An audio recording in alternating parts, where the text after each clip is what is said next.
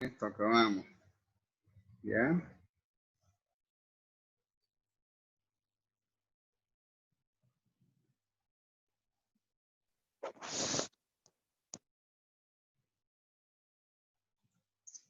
Bien. Vamos a ver lo que son los evaporadores, que es la unidad 4. No sé si ustedes ya habrán escuchado alguna vez de la importancia que tienen los evaporadores en la industria azucarera. ¿Alguien me puede decir cuál es la finalidad que tienen estos equipos?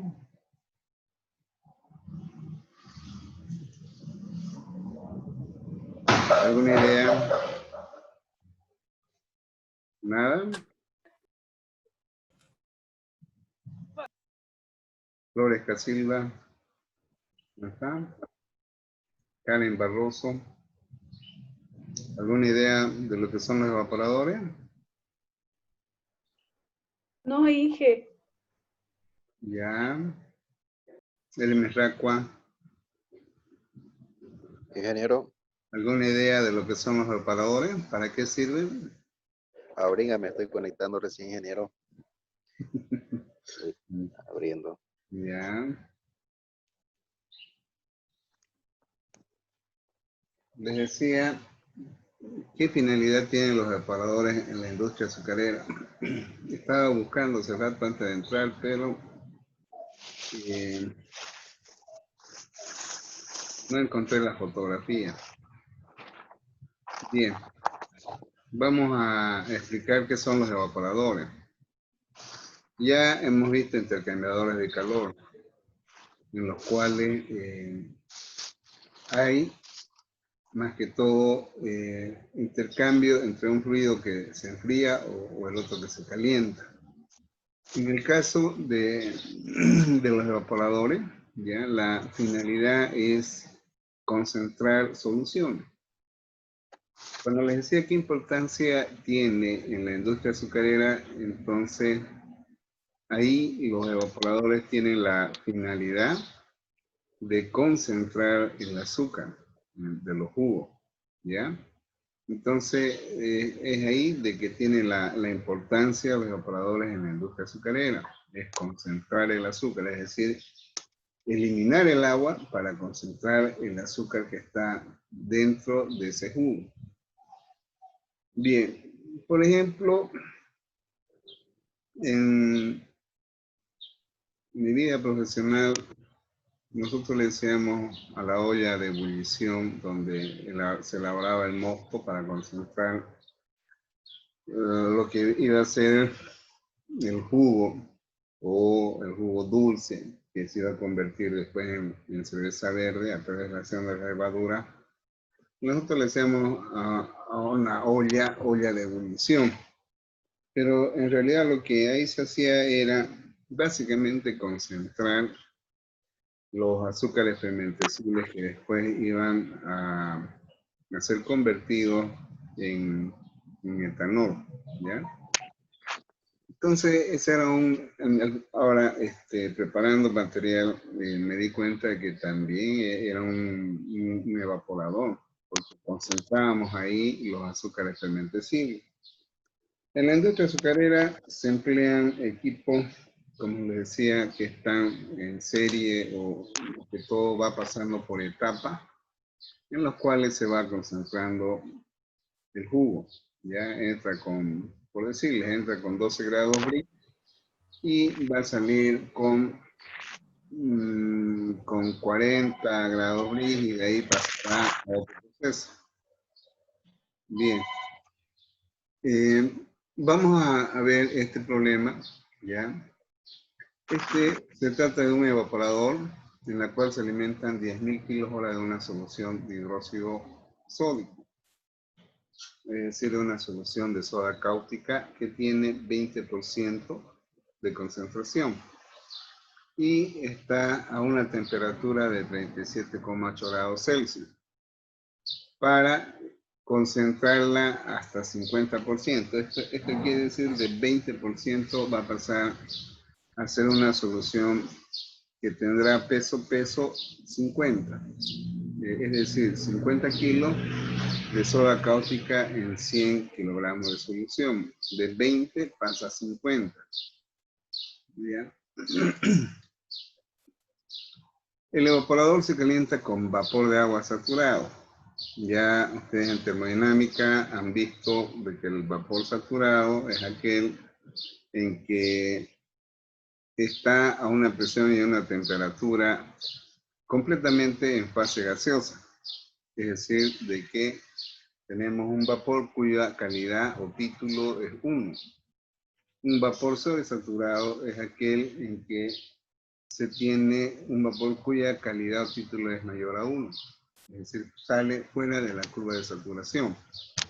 Y en el espacio de vapor se trabaja con un vacío ya de 660 mililitros, que equivale en el barómetro 762. Bueno, el barómetro es un equipo para medir presión. Ese equipo lo conocí aquí en Asana, que está colocado ahí, y que tiene su importancia en el aspecto de medir la presión que se da en un momento dado. No sé qué importancia tiene para la aviación, pero ellos registran las variaciones de presión que se da en el día. Bien, el arrastre es despreciable. Es decir, de que se considera despreciable la vaporización en este proceso de concentración de 20 a 50. El condensado puede suponerse que sale de la caja de vacío, de la caja de vapor a la temperatura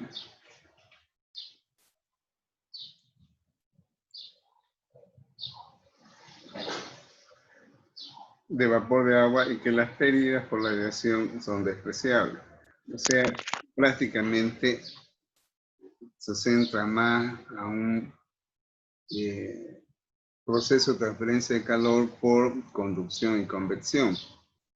¿Cuál es el consumo de vapor de calentamiento? Si la transmisión, el coeficiente global de transmisión es de 1900 kilocalorías hora metro cuadrado. Entonces, más o menos se trata de una paila con chaqueta, que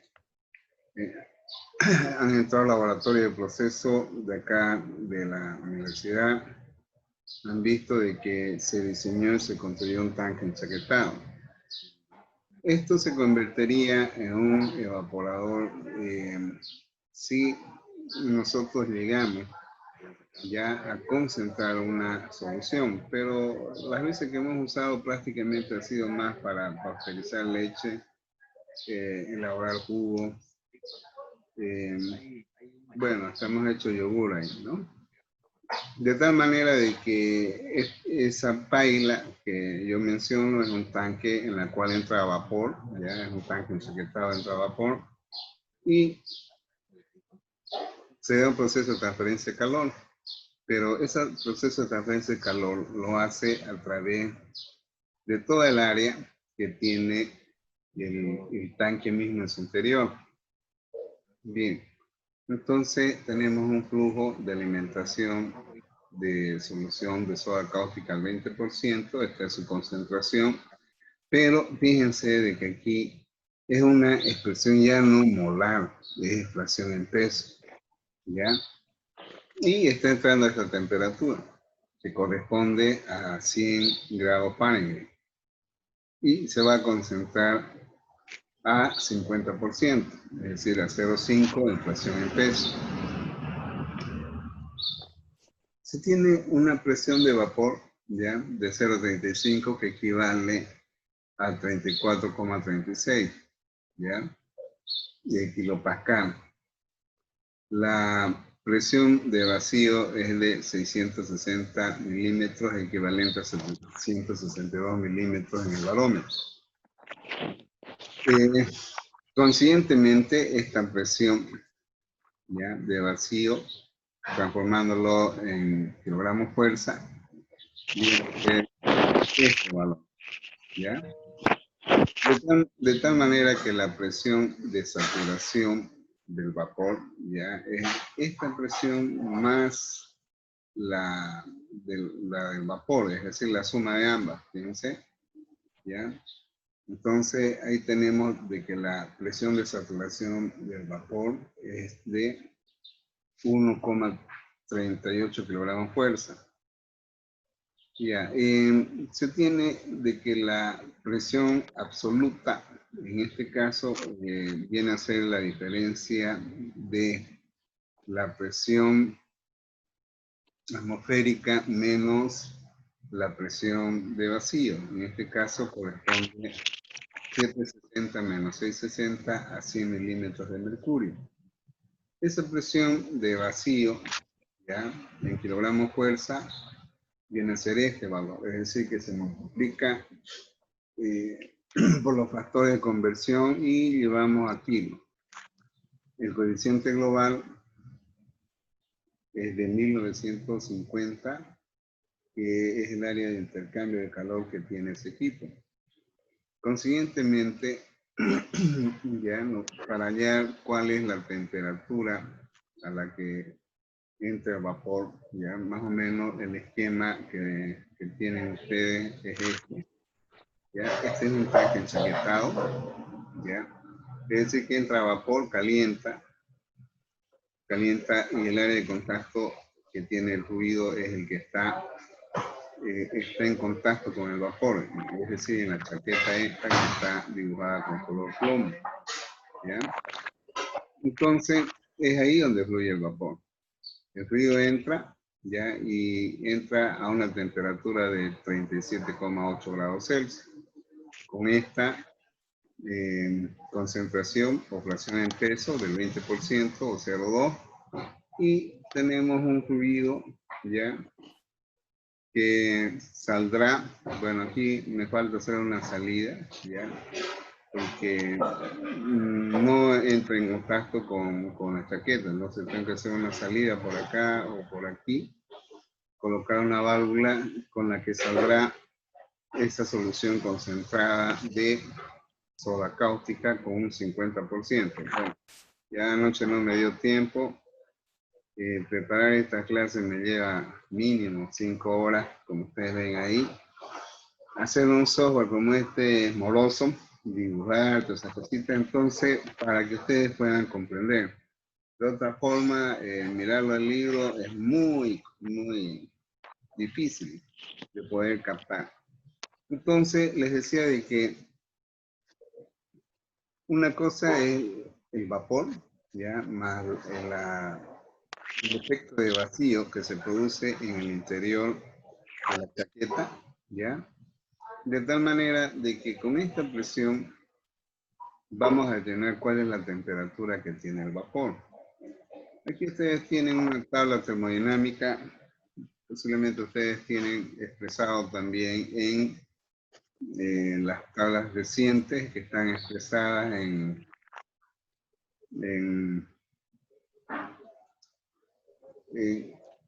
kilopascal o megapascal, ¿ya?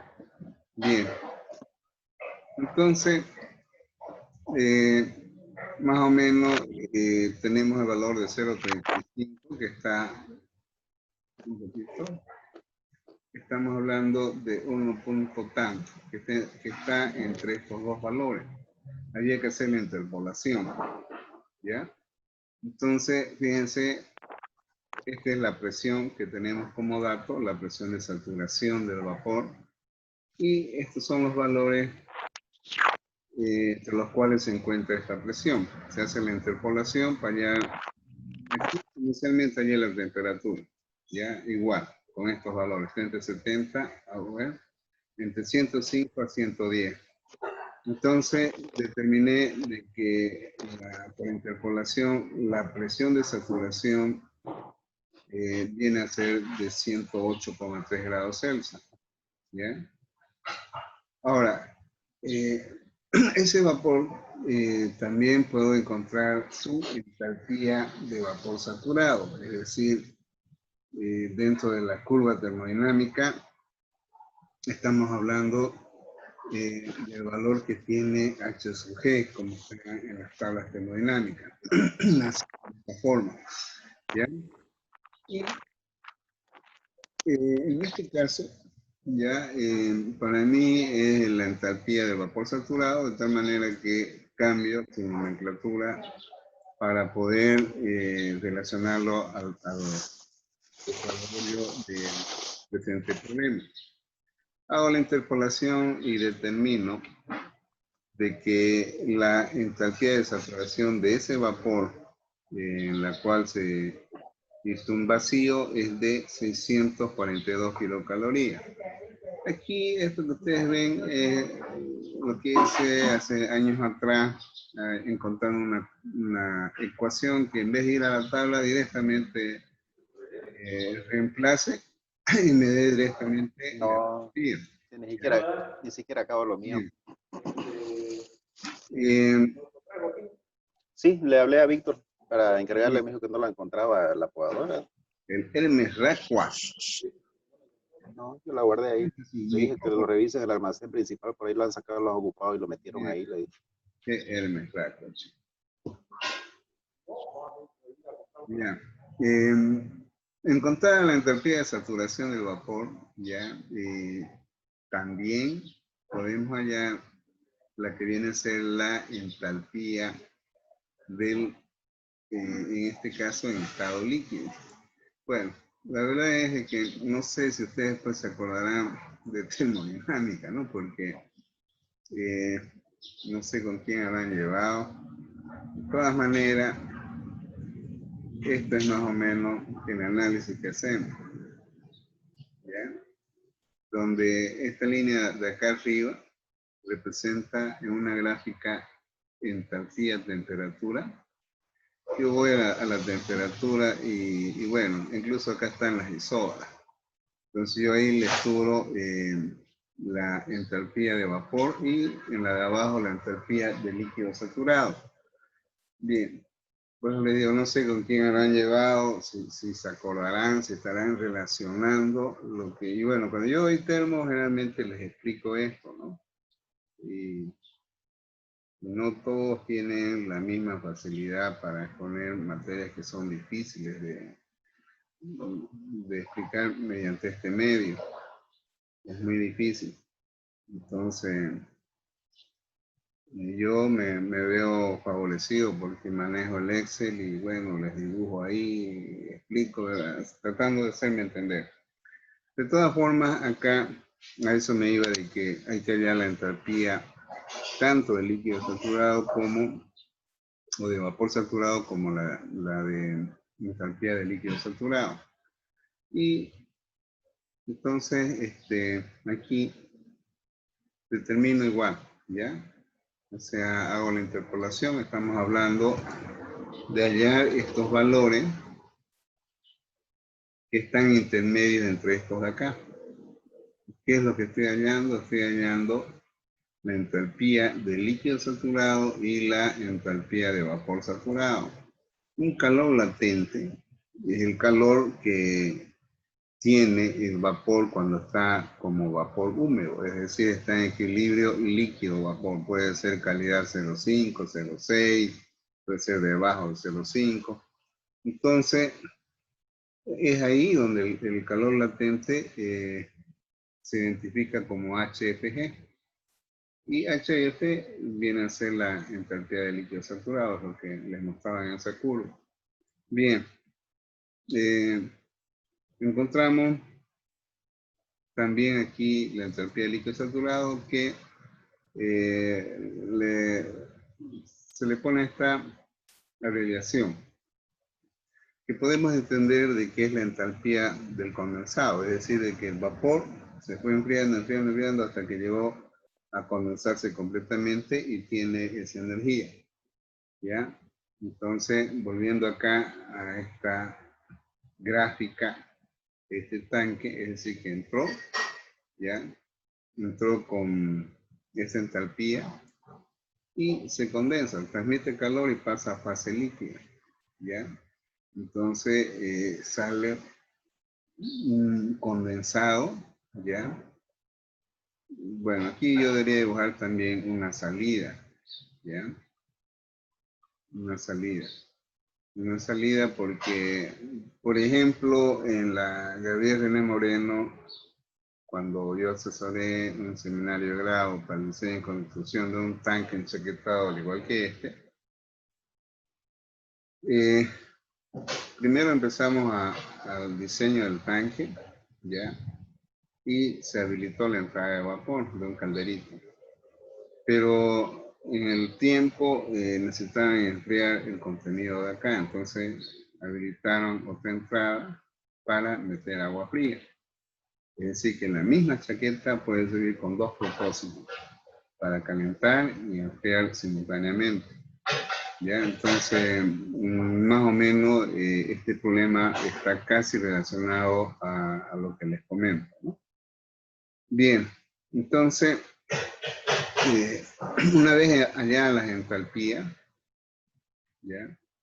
El vapor que entró y se condensó, que vienen a ser estos valores, ¿ya? Tenemos de que ¿cuál es el punto de ebullición a presión absoluta? Porque se hace un vacío de tal manera que permita pasar y concentrar, ¿no? Es decir, pasar al punto de ebullición y eliminar el agua que tiene la solución para concentrar la soda cáustica. Ahora ya estoy yéndome a lo que viene a ser el producto, no a las propiedades del vapor que van por dentro de la chaqueta. Entonces ahora estamos viendo qué es lo que pasa con la solución de soda cáustica. Entonces, esa presión ya que determiné acá, ya la presión absoluta que equivale a 100 milímetros, equivale en kilogramos, corresponde a este valor. Entonces, a esa presión que es 0,78, determino cuál es la temperatura por interpolación. Y aquí en esta tabla termodinámica lo puse con rojo, estamos entre estos dos valores y hallo los valores similares a los procedimientos de interpolación que hice para el vapor, hallo para esta presión, ¿ya? Para la presión de vacío. Bien, lo que está mal es esto. Mi nomenclatura aquí me equivoqué. Aquí vamos a poner HG. Ya de cansancio, ya anoche puse cualquier cosa. Bueno, entonces fíjense de que hago la interpolación y hallo cuál es la energía en forma de entalpía que tiene a esta presión de vacío al vapor.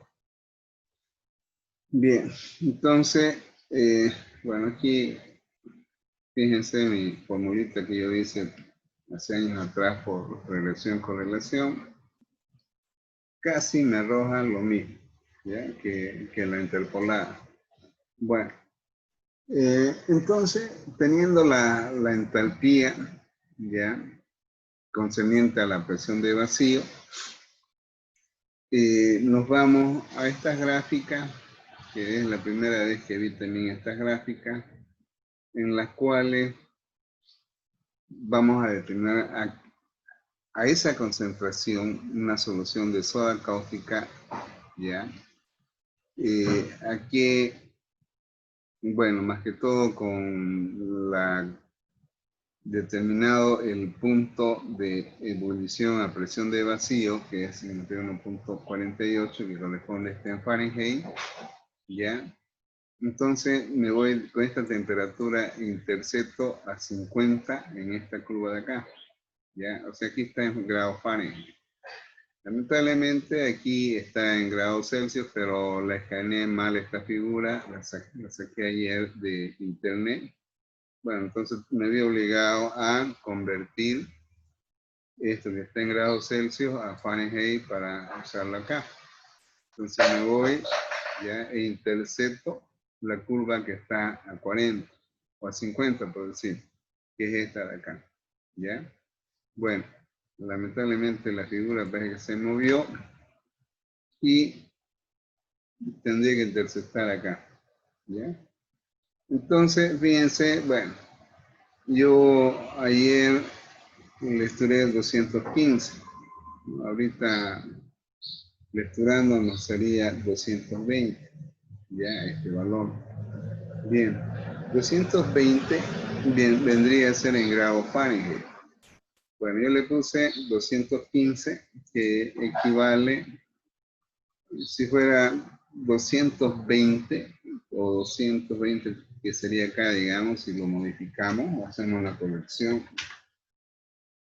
Entonces aquí tendría que ver, ¿no? Si con 104 me da 220, no me da.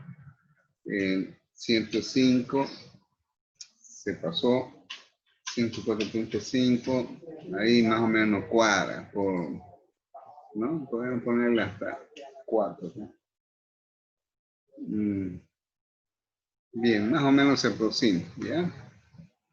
Entonces, fíjense de que hemos encontrado de que a esa presión, cuando se hace vacío y se logra concentrar la solución de soda cáustica de 20 a 50, ya alcanzaría su punto de ebullición la soda cáustica a 104,4 grados Celsius. Bien, eso es lo que me permite esta tabla que se conoce como las tablas de Düring. Es decir, de que permite estimar las temperaturas de ebullición dependiendo de la concentración de la solución en la cual se hace un cambio en concentración a una temperatura dada, ¿ya? En la cual alcanza su punto de ebullición el agua en dicha concentración y el punto de ebullición de la soda cáustica. Bien, encontrado ese valor, ya se determina la entalpía. Bueno, hay otra forma de hacer este problema. Yo es la primera vez que resuelvo estos problemas usando estas tablas de Düring. Otra forma había que buscar en el manual del ingeniero químico las capacidades caloríficas y bueno, pero en este caso este gráfico es importante porque nos permite directamente hallar los puntos de ebullición a concentraciones dadas. En el otro caso había que hacer un cálculo termodinámico más largo, ¿ya? Entonces eso es lo favorable que tiene esta tabla. Ya una vez encontrado ya el punto de ebullición de la solución concentrada, que es al 50%, se determina las entalpías, ¿ya? Y tanto para el agua como para la solución cáustica. Consiguientemente, ya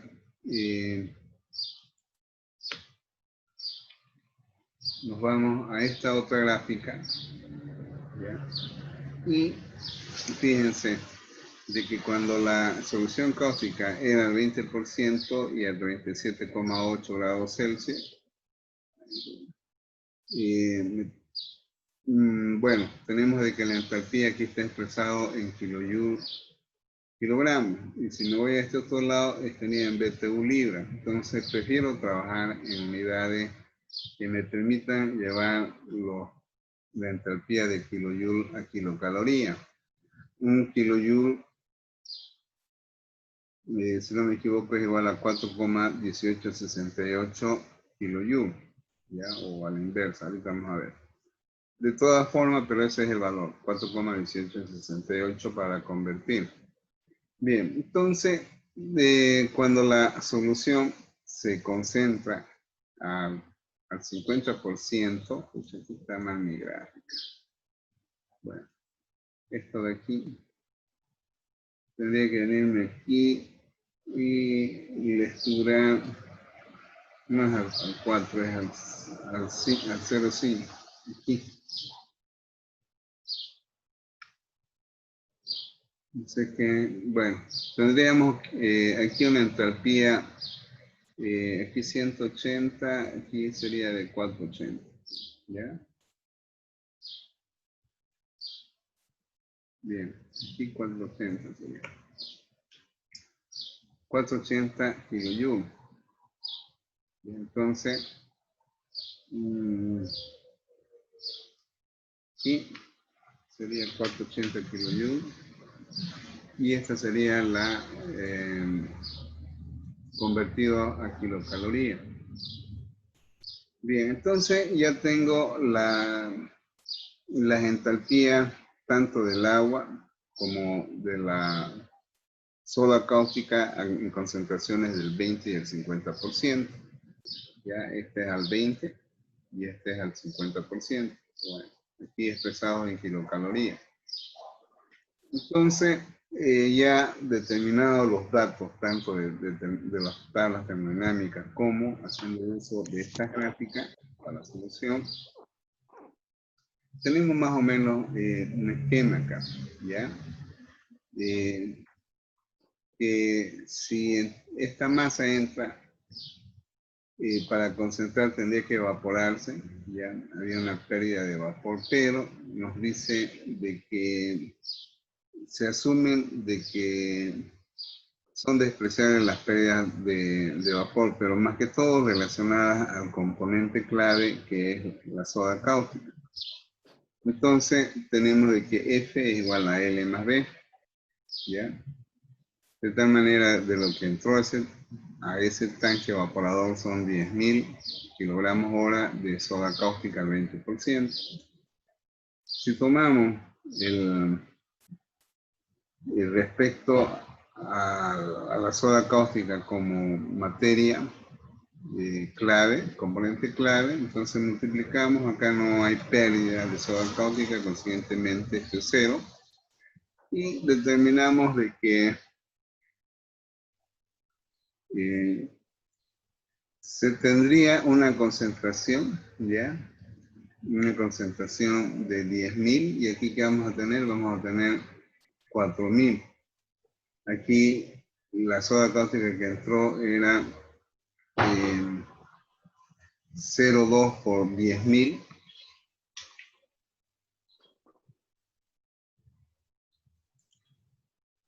Vendría a ser 2.000 kilogramos de soda cáustica.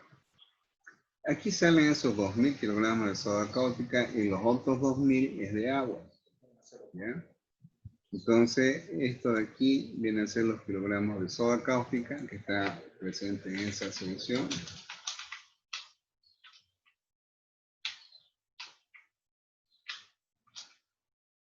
Y lo que falta vendría a ser agua. Y aquí sale estos 2.000, ¿ya? Pero como acá tenemos de que L es 4.000, lo que sale por acá abajo, ¿ya?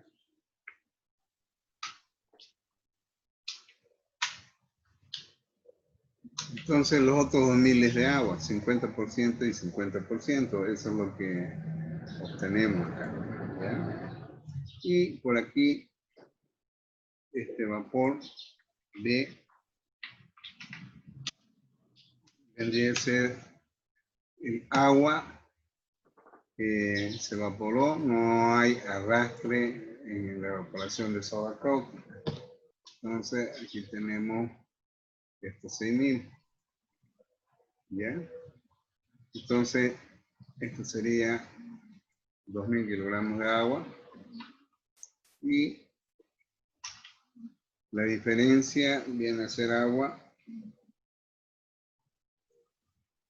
que suman los 4.000, ¿ya? Entonces, eso es lo que ocurre en este evaporador. Bien.